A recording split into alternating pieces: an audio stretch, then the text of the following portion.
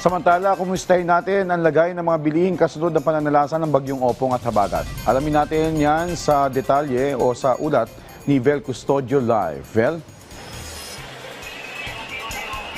Rise and shine, Joshua. Matapos sa magkakasunod na sama ng panahon, nananatiling stable ang presyo ng bigas at ilang mga karne dito sa Kamuning Public Market.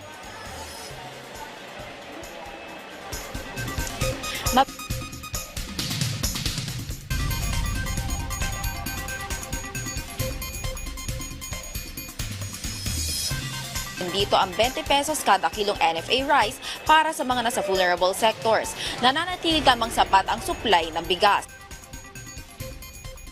ng manok at karneng baboy na 450 pesos ang kilo ng liempo at 360 pesos kada kilo naman sa kasim o pigi.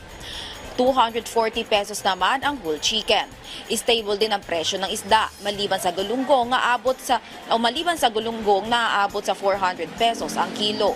Tumaas din ang presyo ng ilang mga gulay lalo na ang carrots na 333 pesos ang kilo. Ang repolyo ay 113 pesos. Ang kamatis ay 210 pesos kada kilo.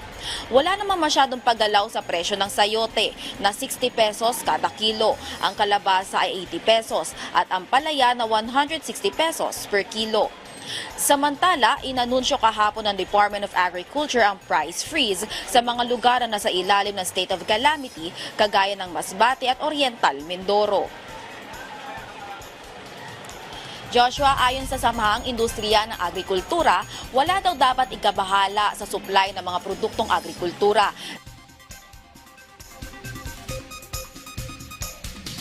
Maraming salamat, Vel Custodio.